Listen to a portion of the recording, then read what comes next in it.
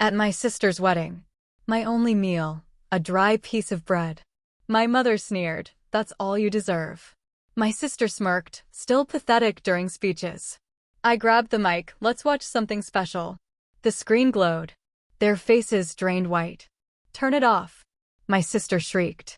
All 200 guests froze. Can you imagine being handed a single, dry piece of bread at a lavish, five-star wedding? Not as an appetizer, but as your entire meal? That's exactly what happened to me at my own sister's wedding.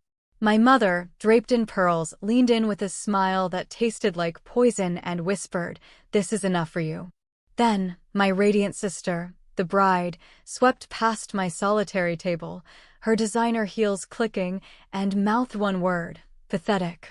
That day, seated alone by the emergency exit, with no place card, no wine, no name on the guest list, and just that stale piece of bread, I knew I had a choice.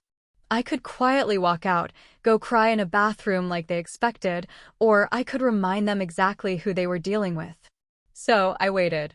Through the endless ceremony, through the fake speeches about love and unity.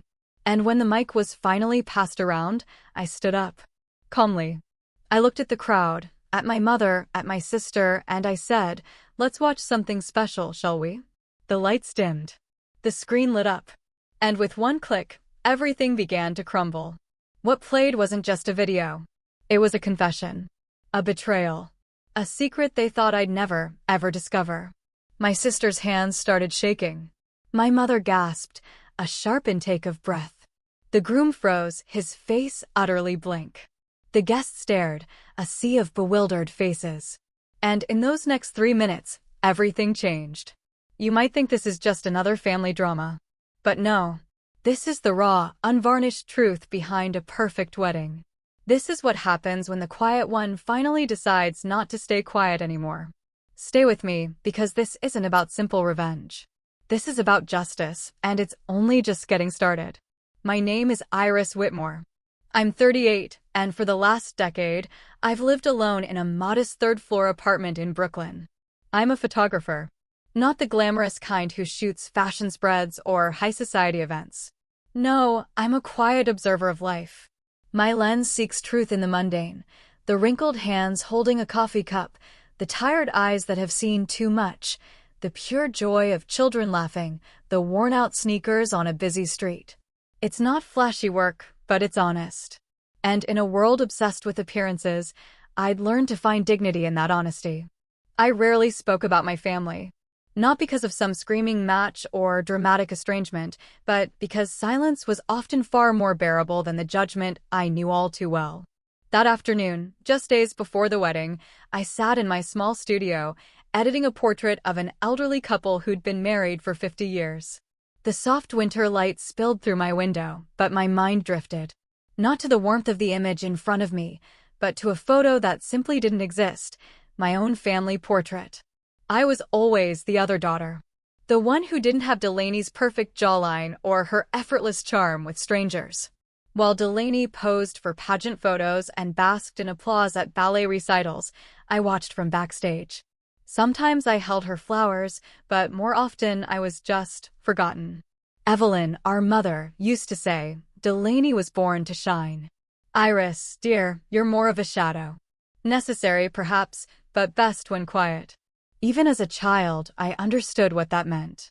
On my 10th birthday, I waited with wide, hopeful eyes and a party hat in the park Evelyn had told me to. No one came. I waited for over an hour, clutching untouched cupcakes, before realizing Evelyn had completely forgotten. She'd taken Delaney to a modeling audition across town. I walked home alone that day, the cupcakes heavy in my lap on the subway. Years later, on my high school graduation day, I wore a borrowed white dress and scanned the crowd after the ceremony. Parents laughed, cried, hugged their kids, handed them roses.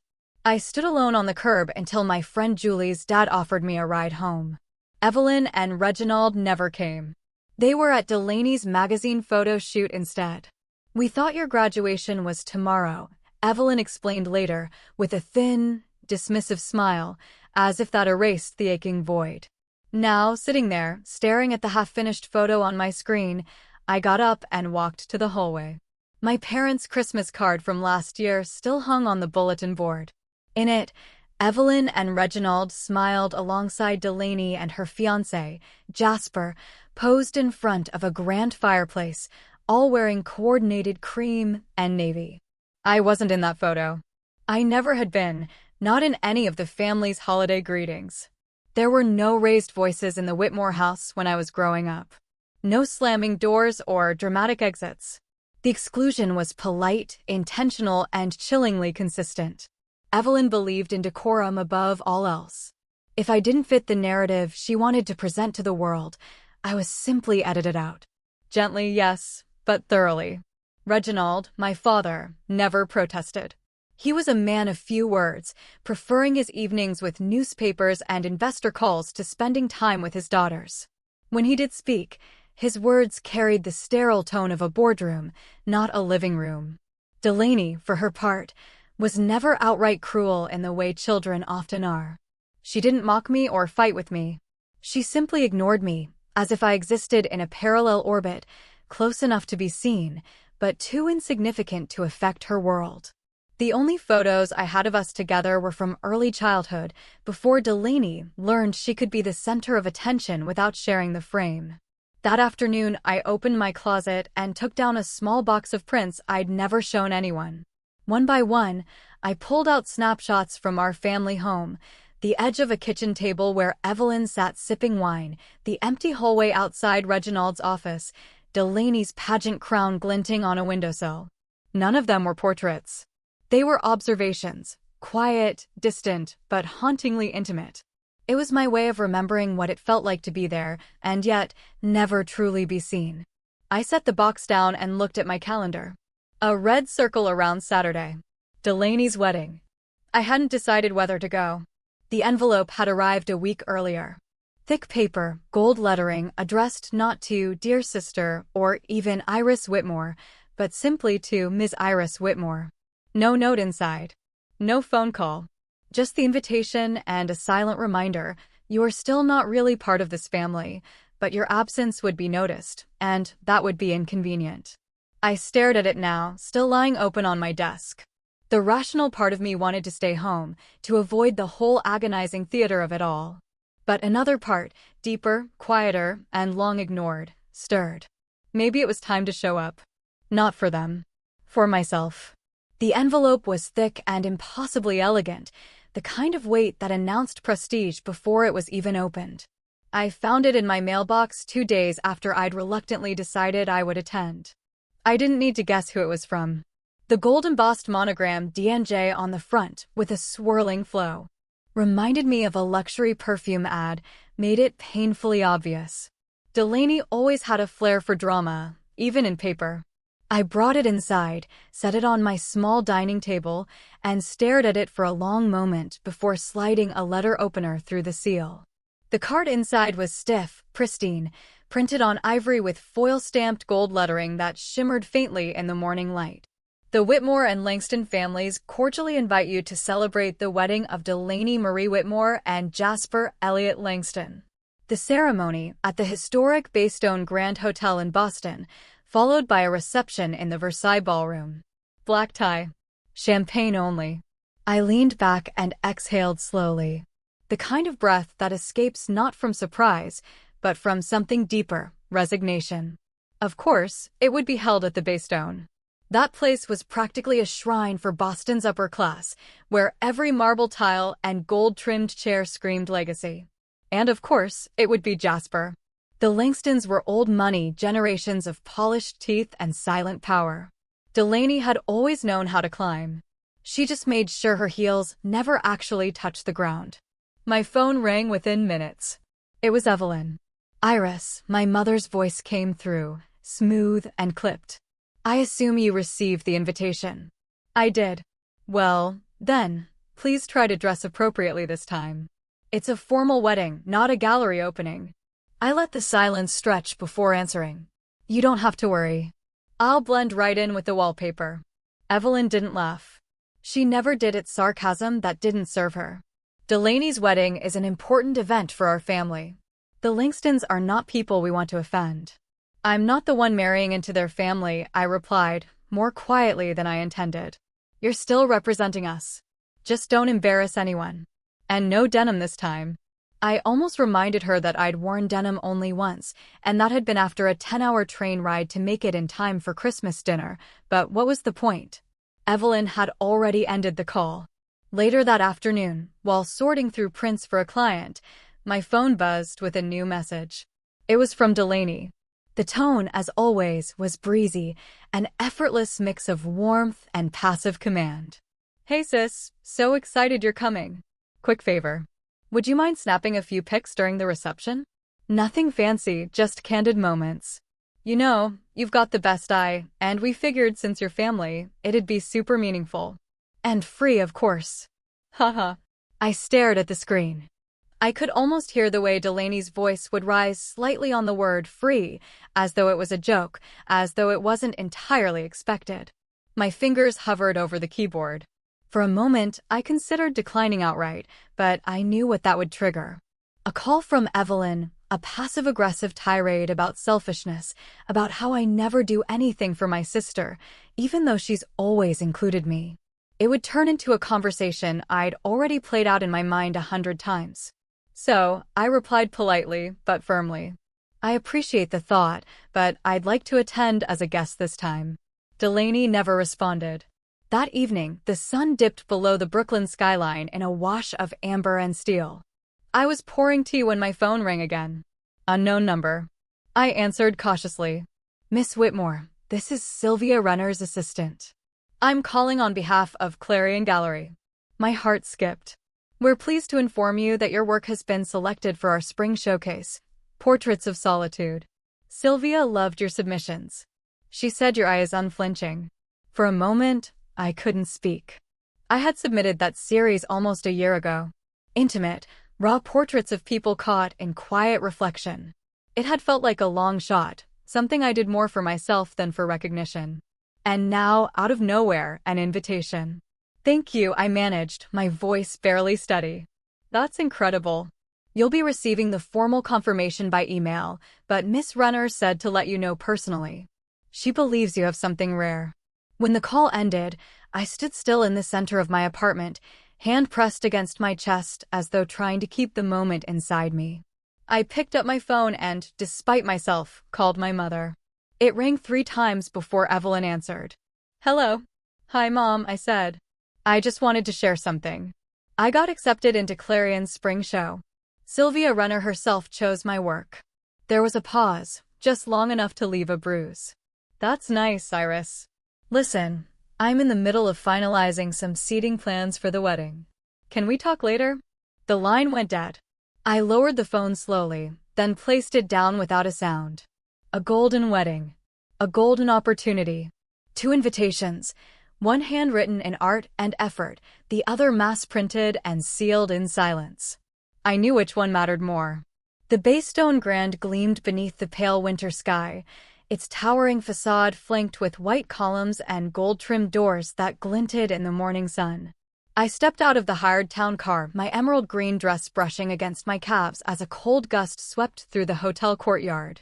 The dress was modest, no sequins, no lace, just clean lines and quiet elegance, like everything I chose.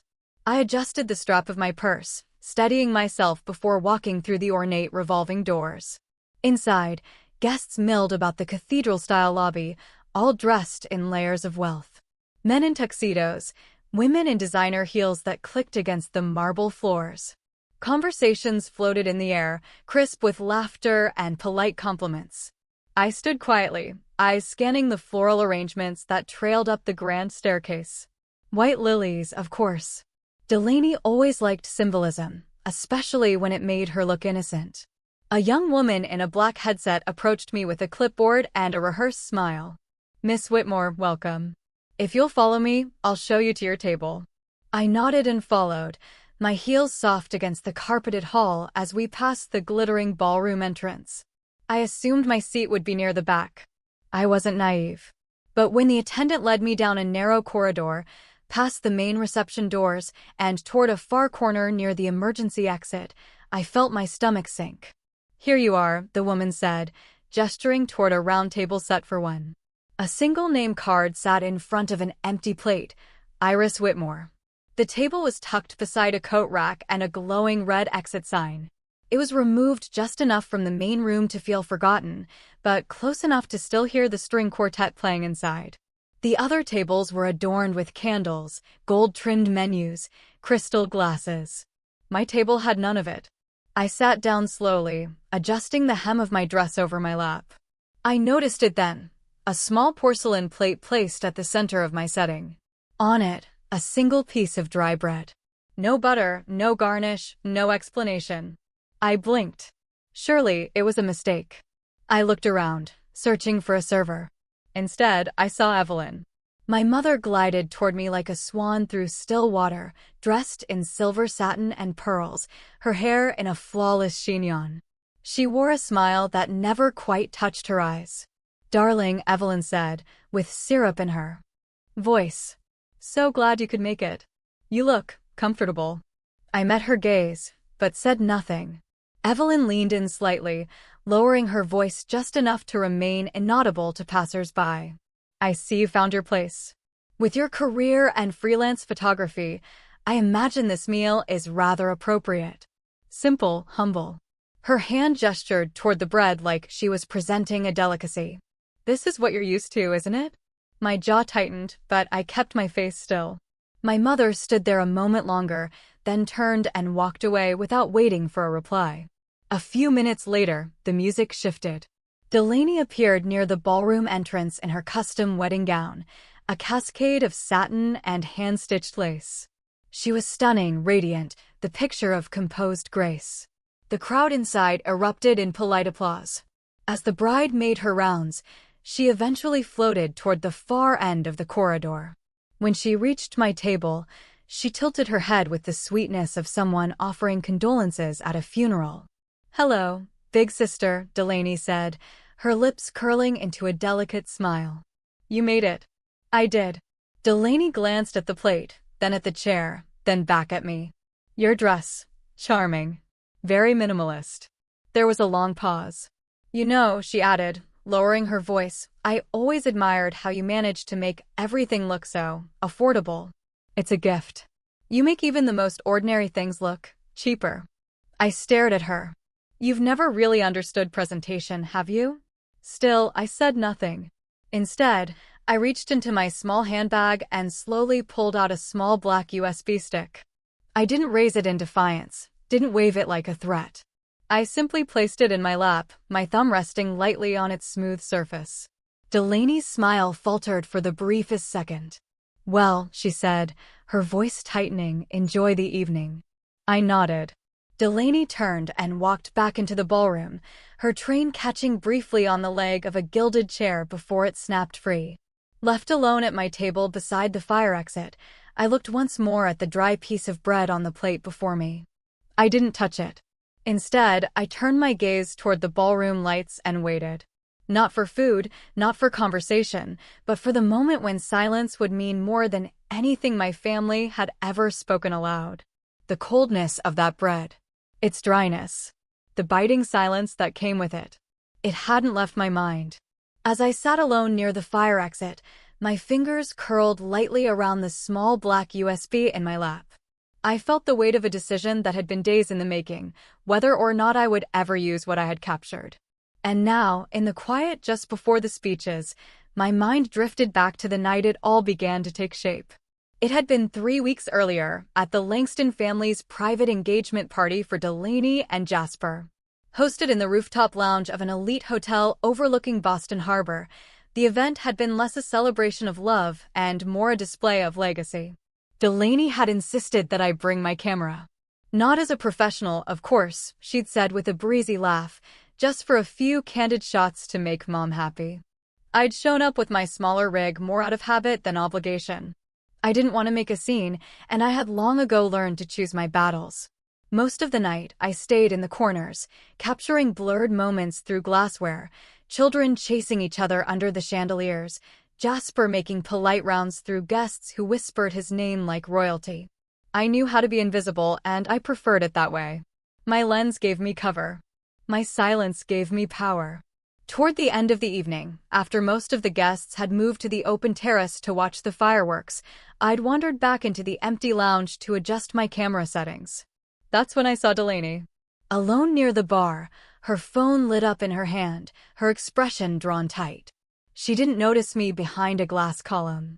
I instinctively raised my camera, adjusting the focus, not to photograph, but to observe.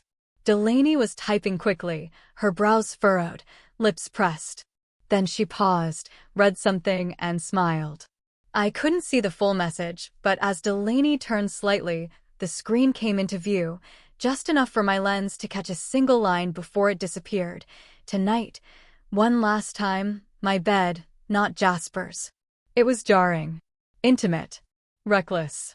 Delaney looked around, slipped her phone into her clutch, then headed toward the private elevator without a word. I hesitated only for a moment before following slowly, careful to stay out of sight. I had no intention of confronting her. I just wanted to know, to understand. The elevator doors closed behind Delaney, and I took the stairs, 2 floors down, exiting discreetly into the underground parking structure. I knew Delaney's car, the silver coupe our father had bought her for graduation. It sat alone at the far end near the hotel's rear entrance. I waited in the shadows. Camera slung at my side, my breath shallow in the cold concrete air. Minutes passed. Then a black SUV pulled in and parked beside the coupe. The driver stepped out. A tall man in a fitted coat, clean-cut, confident. He looked familiar. Cole Maddox.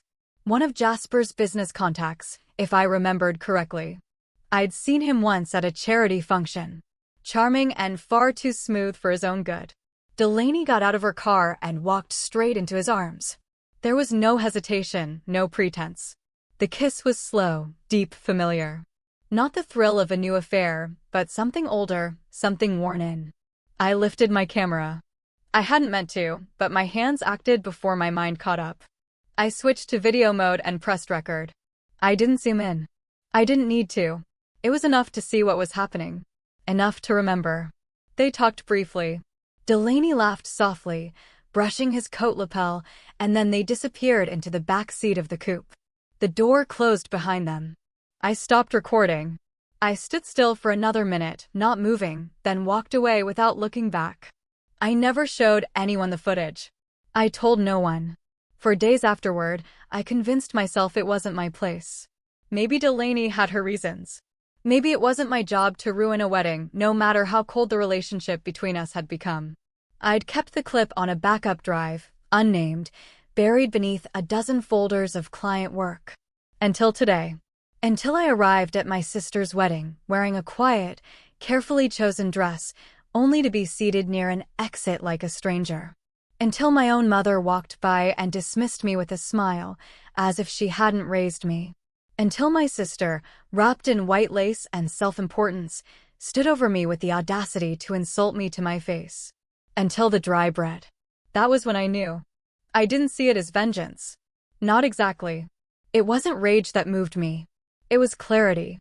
Years of being diminished, erased, laughed at. I didn't want to fight. I wanted a reckoning. And so, as the orchestra finished their final prelude and the sound of silverware clinked in distant rhythms beyond the door, I closed my hand around the USB in my lap. The one that contained not only the video from the garage, but another recording as well. My camera had picked up more than I realized that night at the engagement party. Words. Smirks. Voices. It was all there. And tonight, everyone would see it. The day after the wedding rehearsal, the city of Boston moved with the hum of early spring, barely warm, but no longer frozen. I drove in silence toward the house I once called home. It was a pale blue colonial with stone steps and an iron gate, tucked into a quiet neighborhood just outside the city. The trees in the yard had started to bud, and the magnolia bush Evelyn always boasted about was beginning to bloom. Some things, it seemed, hadn't changed. I had come with a simple intention, to speak privately with my father, Reginald. He had always been the quieter one, the one who didn't insult my dreams, even if he didn't outwardly support them either. There was a chance, however slim, that he might listen. That maybe he didn't know everything. that maybe, just maybe, he could still be reached. Parking at the end of the drive, I grabbed my bag, phone, and camera, still with me from the wedding prep, and walked to the side entrance. I knew the door code. Evelyn never bothered to change it. Inside, the house smelled like polished wood and lavender oil. I paused by the entryway, hearing voices drifting from the sunroom. I was about to call out when I caught my mother's name, then my own. My steps slowed. "Don't worry." Evelyn's voice rang, calm and clipped. "I've already moved the house, the condo in Martha's Vineyard, and the legacy shares into your name. Reginald has no idea." "You're sure?" Delaney's voice followed. "Because after the wedding, I want things in motion fast. We can't afford for him to start poking around." "He won't," Evelyn said with conviction. "That man hasn't reviewed a financial document in 5 years. He still thinks our lawyer handles everything." There was the sound of a clink, perhaps a teacup on porcelain. Then, quieter but chillingly clear, "This is for us, for the women of this family. You've done more for our future with this marriage than Iris could have done in a lifetime with her little gallery shows." I felt my fingers tighten around the leather strap of my bag.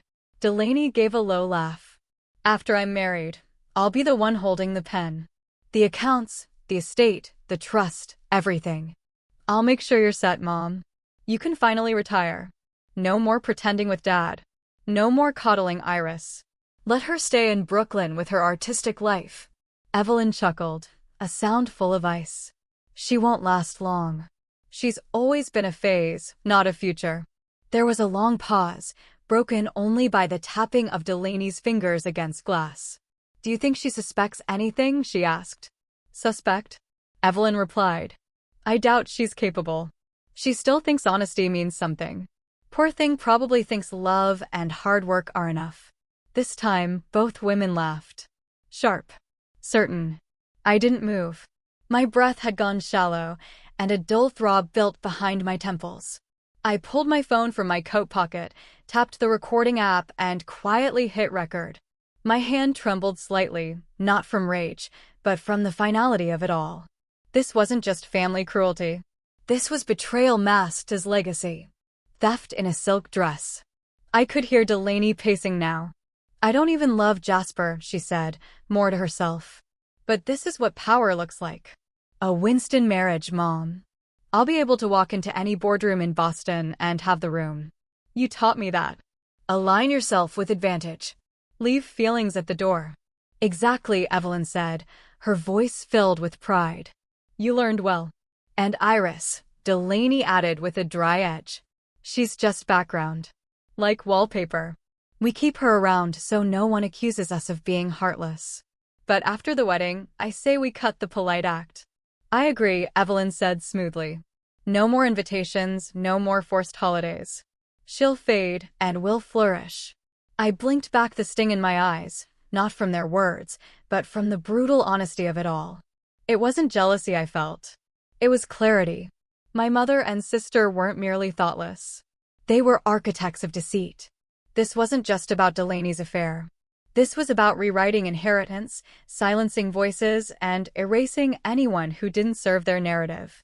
I watched the recording meter tick upward, 1 minute, 2, 3, until the conversation began to drift to brunch menus and honeymoon details. Then I slowly backed away, retracing my steps toward the side door. I didn't slam it. I didn't cry. I didn't even feel the weight of the betrayal yet. That would come later. For now, I had a recording, and soon, they'd have an audience. The ballroom shimmered with light as the orchestra finished its gentle interlude. Crystal chandeliers sparkled above tables dressed in white silk and gold-trimmed menus. Waitstaff moved in quiet choreography, refilling champagne glasses and clearing empty dessert plates. The air held that peculiar stillness just before formalities resumed.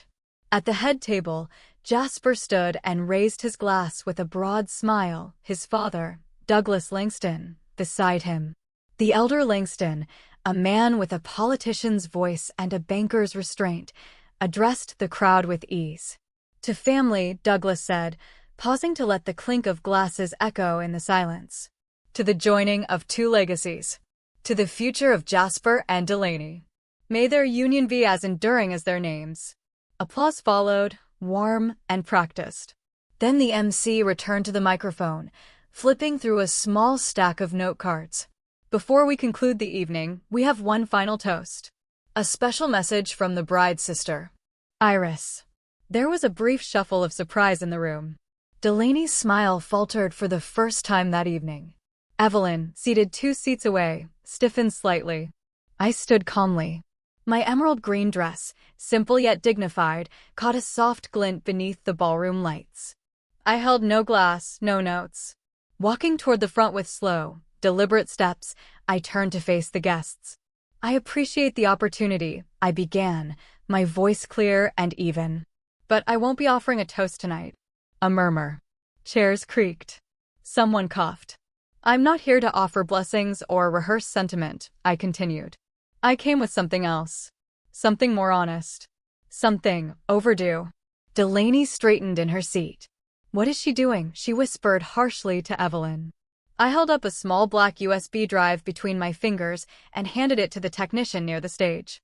I'd like to share a video, I said simply. Please play it. The lights dimmed. The screen descended behind the head table. The room shifted from polite curiosity to restrained tension.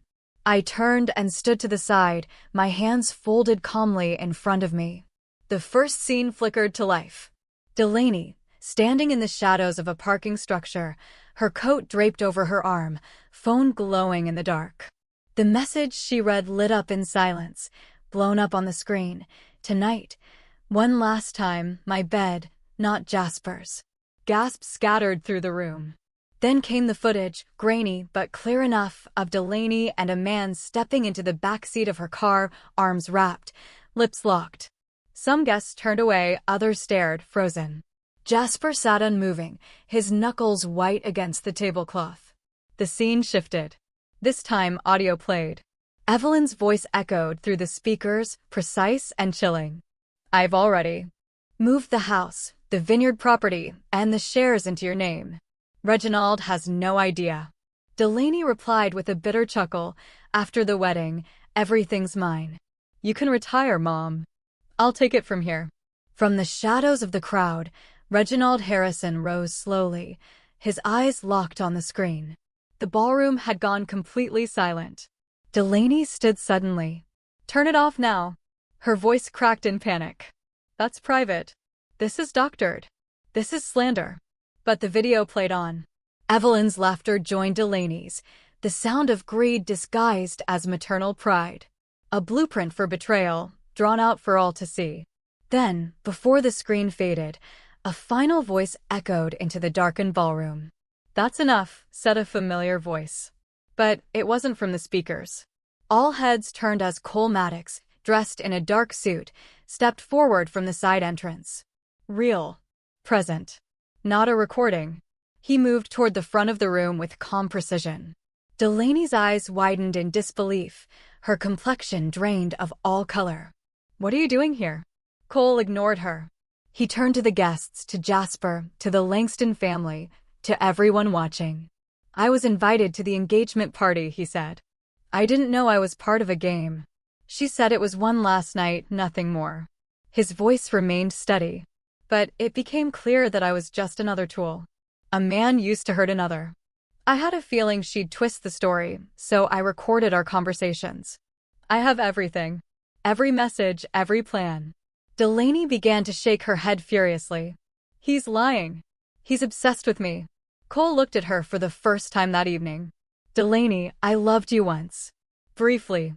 But what you did to your sister, your father, your fiancé. He turned to Jasper. You deserve the truth, not a performance. The screen went black. The lights returned. The ballroom remained silent, and in that silence, the truth finally stood taller than the decorations, the wealth, or the reputations they'd all fought so desperately to maintain. Jasper Langston didn't move for a moment. His fingers twitched slightly at his sides as the last echo of Cole Maddox's voice faded from the speakers. The wedding ballroom stood still, as though the ornate chandeliers themselves were holding their breath. Delaney had stopped crying, though her face was stained with blackened mascara, and her body hunched as if trying to hide from a world that had suddenly turned its back. Evelyn sat beside her, lips pressed into a bloodless line, eyes darting across the room like a cornered animal. And then Jasper stood. He didn't look at Delaney. He didn't look at the crowd. Instead, he reached slowly for his left hand and removed the platinum band he had placed on his finger not 2 hours ago. Holding it between his thumb and forefinger, he stared at it for a long moment. "I love to lie in a white dress," he said quietly. His voice wasn't raised, but it rang out across the ballroom like a final bell. He placed the ring down gently on the linen-covered table and turned to his parents.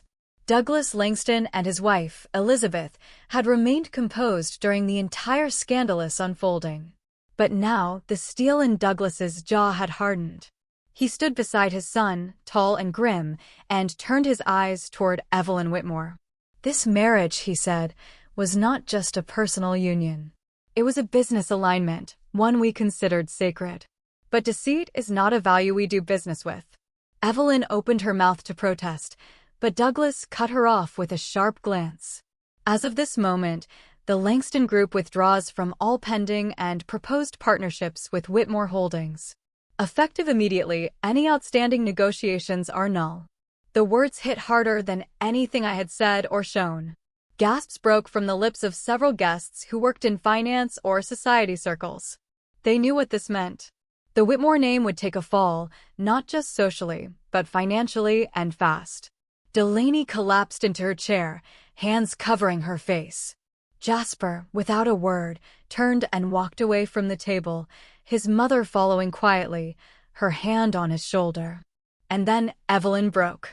"This is your fault," she screamed, rising so quickly her chair tipped behind her. "You." She pointed a trembling, manicured finger at me. "You orchestrated this circus. You ruined my daughter's wedding. You destroyed everything we built." But the crowd was no longer listening. Guests had begun to rise from their seats, collecting their purses, their coats, their dignity. Conversations murmured like wind in the trees, soft, swirling, but unmistakably moving in one direction. "She deserves better," one woman whispered as she passed me. "I had no idea Delaney was like that," a man muttered to his wife. "No wonder Iris never came to the holidays." No one looked at Evelyn. "Sit down," she barked at no one. "This isn't over." Her voice cracked again, hoarse and shrill. "Do you know who we are? We are the Whitmores." No one answered. The orchestra had long stopped playing. The only sound was the rustle of dresses, the scrape of chairs, the slow echoing footsteps of guests who had seen enough. I stood still, my hands calmly at my sides. My eyes focused on nothing in particular. The silence felt heavier now, not out of shame, but out of finality. I didn't feel victorious. I felt unburdened. From the far end of the room, near the now darkened video screen, Reginald Harrison remained seated. He hadn't spoken a word since the video played. His tie was loosened, his eyes unfocused. But as the guests emptied the ballroom and the Whitmore name collapsed beneath the weight of its secrets, he finally turned to look at me. Our eyes met. He didn't speak, didn't offer comfort, apology, or anger. Just a long, unreadable stare from a father who had just realized he'd built his family legacy on sand. And I, though I said nothing either, knew one thing clearly now: the fall had begun. The ballroom emptied out, leaving only the faint scent of white roses and spiced candle wax lingering in the air.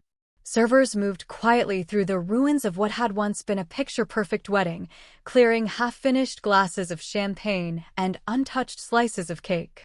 In the distance, Evelyn's voice had long since fallen into silence, either by exhaustion or disbelief. Delaney was nowhere to be seen. I remained near the stage, my green dress now slightly wrinkled, my face still composed, though my soul trembled with everything that had just unraveled. I hadn't noticed the woman in the dark burgundy coat until the voice called my name, soft but firm. Iris Harrison. I turned, startled, to see a figure I hadn't seen in almost 2 years. Sylvia Runner stood tall, composed, her silver-gray bob neatly in place, her black gloves still held in one hand, as if she'd just arrived from an art auction. She did not wear the awkward smile of a social guest, but the direct, appraising gaze of someone who had seen something they didn't expect. "Sylvia," I said, barely masking my surprise. "I didn't know you were here." "I wasn't invited," Sylvia replied with a wry smile. "But someone close to me was." Word travels fast in art circles, especially when chaos is dressed in silk and scandal. I wasn't sure what to say. The last time we had spoken, Sylvia had delivered a rejection with her signature grace. "Your technical skills are sharp," she'd said then. "But I don't feel the soul in your work." I need raw honesty, something that dares to hurt. It had stung, even though I'd nodded respectfully and thanked her. Now Sylvia looked around the disheveled ballroom. "I saw the video," she said without preamble. I stood in the back, watched the whole thing. I lowered my eyes. That wasn't supposed to be art. Sylvia's voice was quiet, but carried the kind of certainty that made people stop walking. It was. Whether you meant it or not, it was art. Raw. Painful. The kind of truth you can't curate. You didn't just expose their lies. You exposed yourself, your pain, your strength. That takes more than talent. It takes conviction. I blinked, momentarily speechless. 2 years ago, I finally said, "You told me my work was too polished, too distant." "I did," Sylvia said simply. "And I was right." Then there was a beat of silence between us. "And now?" I asked, not confrontational, just open. Sylvia stepped forward. "Now I'm looking at a woman who no longer hides behind composition and technique. I saw truth on that screen, and I want to show it to the world. If you're willing." I tilted my head, unsure whether I was imagining this offer. "I want to curate a solo exhibition," Sylvia continued, her voice warm but firm. "You're first. A full collection. We'll call it Behind the Curtain, Portraits of Truth. Not just the wedding. Everything. The absence in your childhood, the invisibility in your family, the reclamation of your voice." I felt my breath catch in my throat. Of all the things I had prepared myself for after that night, the backlash, the blame, the shame, this was not among them. A door had opened in the middle of the ashes. "You're serious?" I said softly. Sylvia met my eyes. "I don't waste time chasing flukes. What you showed today wasn't a moment. It was a culmination. And it deserves a stage." For a moment, I didn't answer. My eyes drifted to the far end of the room where my father still sat alone, head bowed. The room no longer held me, not as a place of rejection, nor as a memory of pain. Now it was simply a space I had passed through on my way to something more. I turned back to Sylvia. "When do we begin?" I asked. Sylvia smiled. "We already have." The early morning light of Brooklyn carried a different kind of clarity than Boston's cold grandeur. Here, the sun filtered through the windows of my modest new studio, warming the exposed brick walls and casting gentle patterns across the polished wood floor. I had signed the lease only a week after returning from the wedding, moved by an urgency to start again, not just in geography, but in spirit. The space was small, but it was mine. A corner was set up with backdrops and lighting, my cameras arranged with methodical care. A second-hand coffee machine hissed in the corner, filling the room with the earthy scent I had always associated with quiet focus. On the wall opposite the entrance, I hung 3 photographs, portraits taken in moments no one thought I was watching. One showed a child with mud-streaked cheeks laughing in a Bronx park. Another, an elderly woman on a bench with hands folded in prayer. And the last, unfinished yet, was a close-up of my own reflection, shadowed by the sunlight cutting through my window. It wasn't perfect, but it was real. At first, the phone barely rang. Walk-ins were rare. Those who did inquire often paused awkwardly, eyes flickering with recognition as if trying to place me. Some whispered. One client, after an initial booking, canceled with a vague message. Something came up. I didn't need to ask. I knew the story had spread farther than I imagined. Not the art, at least not yet. But the scandal, the viral headline, "Woman exposes cheating sister at wedding in front of 200 guests." News blogs had latched onto it. Social media platforms flooded with opinions. Some applauded my bravery, others called me vindictive. There was even a podcast episode titled "Family Secrets and Public Screens: The Iris Harrison Incident." It was surreal and not always flattering, but I had made peace with that. Sylvia checked in weekly, encouraging me to focus on the upcoming exhibition. "Let the noise settle," she said. "It always does. And then your work will speak." And it did. The first break came when an editor from Art Perspective Quarterly reached out for an interview.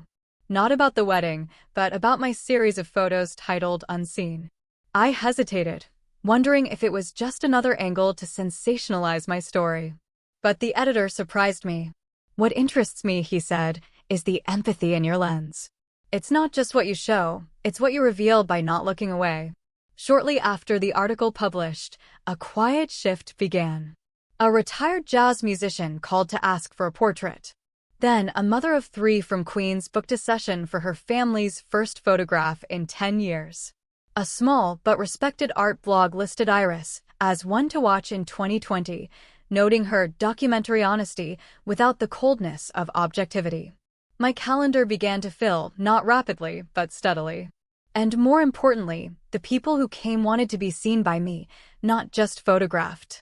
They came because they had heard that I didn't edit away the wrinkles or stage perfection. I captured moments, truths, the kind that stayed long after the shutter clicked. One evening, as I reviewed raw files from a shoot, my phone buzzed with a message from Sylvia. "Final gallery specs approved. Opening date set. Ready to show them?" I smiled. I glanced again at the photo of myself on the wall, half-shadowed, half-lit. Then I turned back to my work, my fingers steady on the keyboard. I wasn't hiding anymore. The new chapter hadn't arrived with a parade or an apology. It had crept in, quiet and certain, like light through an open window. And it felt like home. In the days following the wedding, the Whitmore name became something of a cautionary tale in the upper circles of Boston society. What had once been whispered admiration turned swiftly into loud disapproval, and Evelyn Whitmore, once the queen of chamber music luncheons and art fundraiser galas, found herself without a single invitation. It began with a cold silence. Calls she had grown accustomed to, weekly updates from event organizers, casual brunch confirmations, simply ceased. Then came the pointed removals. Her name was discreetly erased from the board of the Women's Heritage Society. A polite but firm letter arrived, expressing that, in light of recent family matters, the board had voted unanimously for her resignation. The Boston Evening Register printed a subdued but damning piece about the implosion of a once-admired socialite dynasty. Her longtime friend and social confidant, Helena Montgomery, refused to return any of her messages. Even her hairdresser canceled their standing Thursday appointments. Evelyn had always taught her daughters that appearances were everything. But no tailored dress or polished accent could shield her now. The video was everywhere. Not just the betrayal, but the gleeful cruelty caught in Evelyn's voice, speaking about Iris as if she were a stain on fine linen. It wasn't just scandal. It was evidence of character, and society was quick to turn away. Meanwhile, Reginald Whitmore faced the kind of blow that bruised more than ego. It cracked foundations.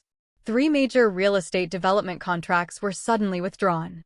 One, from a longtime investor based in Connecticut, cited uncertainty in leadership values. Another, a resort firm in Cape Cod, pulled out during final negotiations, stating a need to protect its brand. He tried to control the fallout, but the whispers followed every meeting. Isn't he the father? Wasn't that his daughter? What made it worse was the silence from his own household. Evelyn barely spoke, lost in her own storm of embarrassment and disbelief. And Delaney. Delaney had disappeared from the house entirely. When she finally called him, her voice was hollow. "I need help," she said, and he barely recognized her. Delaney had always been the golden one, the pride of the family, the beautiful face of their ambition. But her fall was sharper than either of her parents anticipated. Jasper had not only ended the engagement publicly, but refused to answer any further calls. His mother, Sylvia Langston, issued a swift and scathing press statement clarifying that the Langston family had no ongoing or future affiliations with the Whitmores. The jewelry firm that sponsored Delaney's last campaign dropped her overnight. Modeling agencies ghosted her. Her agent refused to return calls. She still had her condo. still had her wardrobe, still had her high heels. Until she checked her private savings account, the one she had created with Cole, the one that was supposed to hold enough to start over in case things with Jasper went south. The balance was 0. She blinked in disbelief and tried to log in again. Still 0. When she called Cole's number, it went straight to voicemail. The last message she received from him just a few weeks earlier had said, "Relax, beautiful. After the wedding, we'll be set." Now his social media had vanished. His apartment was empty. No mutual friends had heard from him. In a quiet, sterile moment inside her empty condo, she sat on the floor, shoes still on, and stared at the phone in her hand. Her mascara had long since smudged, her breath shallow, her thoughts darting toward something she had never dared imagine. She had been played. She had played everyone, her fiancé, her family, even Iris. But in the end, the one person she thought she could control had turned out to be playing her all along. She didn't cry, not at first. But as the hours wore on and her messages to Cole remained unread, the shock twisted into something darker. Her empire, built on manipulation and beauty, had crumbled in a single weekend, and there was no one left to help her pick up the pieces. Back in Boston, Evelyn stood at her kitchen window, stirring a cup of tea she wouldn't drink. Her reflection in the glass looked older, smaller somehow. She had once ruled over charity auctions and tea parties. But now, the silence in the room was heavier than any social defeat. She had no gallery opening to attend, no press luncheon to host, no daughter to boast about. All she had was a story playing over and over in the minds of every person who had once admired her, a story she couldn't rewrite, and a truth she couldn't silence. The Whitmore name had not just fallen, it had imploded. Iris didn't destroy a wedding. She revealed a truth that had been hidden behind designer gowns, perfect family photos, and hollow speeches for decades. What you just witnessed wasn't revenge. It was liberation. And not just hers. Because maybe someone watching this has eaten the same dry bread. Maybe you've been pushed to the side, told to smile and stay quiet. Maybe you've wondered if speaking up is even worth it. It is. The silence that followed her video wasn't just shock. It was the sound of truth echoing in a room that never expected it. And that's why this story matters. The rain came in sheets that afternoon, washing the Brooklyn streets in a cold, steady rhythm. Inside my studio, I stood at the sink, rinsing developer trays while soft jazz played from the radio. The studio smelled of chemicals, coffee, and quiet. It was a rhythm I had grown to appreciate, days that moved without drama, without anyone demanding more than I was willing to give.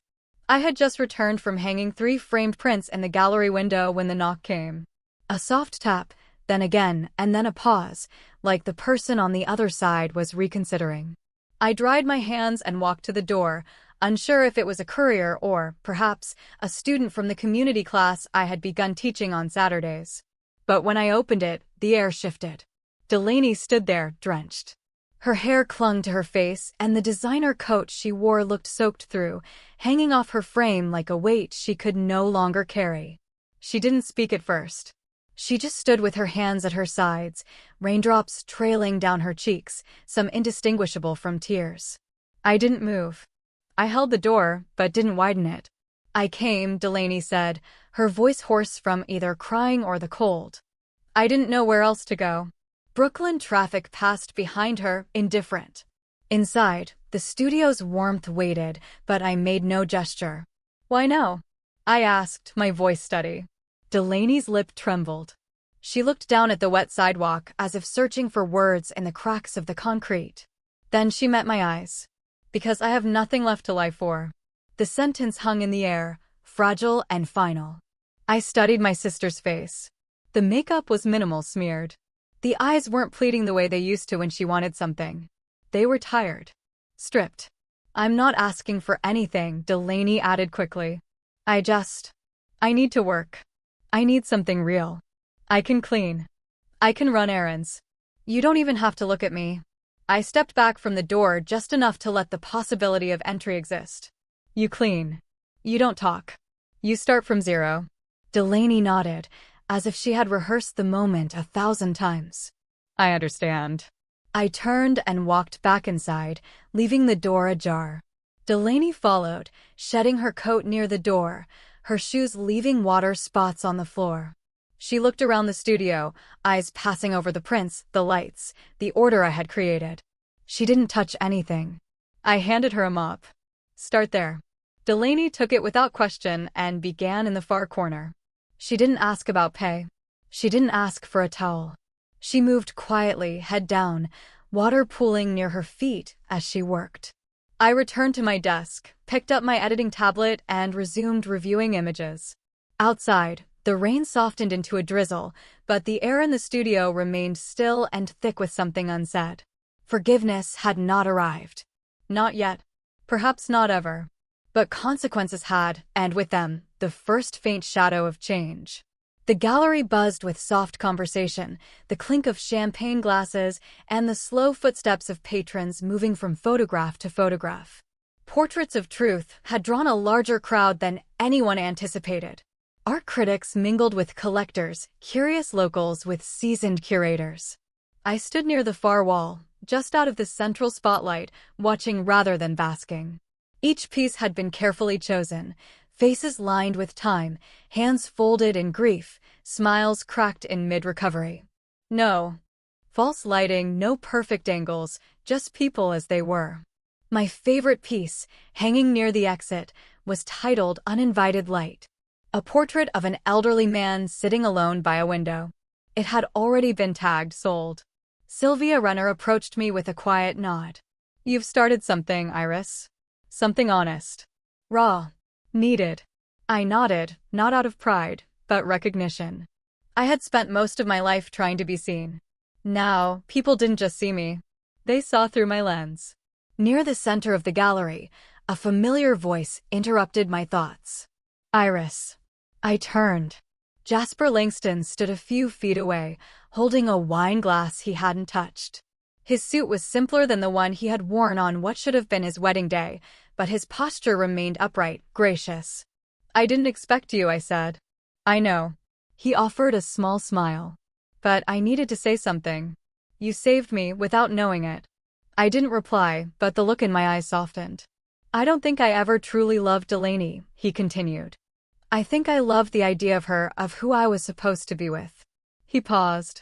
Watching your video, seeing the truth, it felt like being dragged out of a dream, and I woke up a freer man. I gave a faint nod. There was no need for more. He didn't linger. Your work is powerful, Iris. I hope you never stop. And with that, he moved on, vanishing into the crowd. Later, as the evening waned and the final guests filtered out, I stepped near the glass entrance to breathe. The city glowed beyond, wet streets reflecting gallery lights, passing taxis, muffled laughter from the bar across the avenue. That was when I saw her. Evelyn stood beneath the awning across the street. No umbrella, no entourage. Her posture was still proud, chin lifted slightly, but her expression was unreadable. She didn't wave, didn't approach, just watched.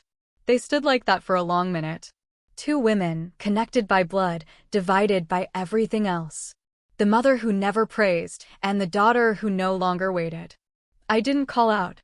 I simply reached into my coat pocket, pulled out the camera I always carried. With practiced hands, I adjusted the focus, capturing the image of Evelyn from behind glass and rain, framed by silence and the distance we had both chosen. Later, when I uploaded the image, I gave it no title at first, just a timestamp. But before printing, I added a small caption at the bottom corner. Sometimes silence says enough. And so, the girl who once sat alone at family dinners, who was handed a dry piece of bread at her sister's wedding, didn't just survive the shame. She turned it into art, into truth, into liberation.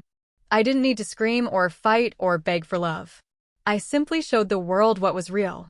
And that, finally, was enough. If you made it to this point, then maybe like Iris, you believe that silence can be powerful, that truth doesn't need permission, and that sometimes the deepest betrayals can become the clearest mirrors. Now, I want to hear from you. Have you ever been the black sheep in your own family? Or had a moment where you finally stood up for yourself? Tell me what you think in the comments below. I really want to know.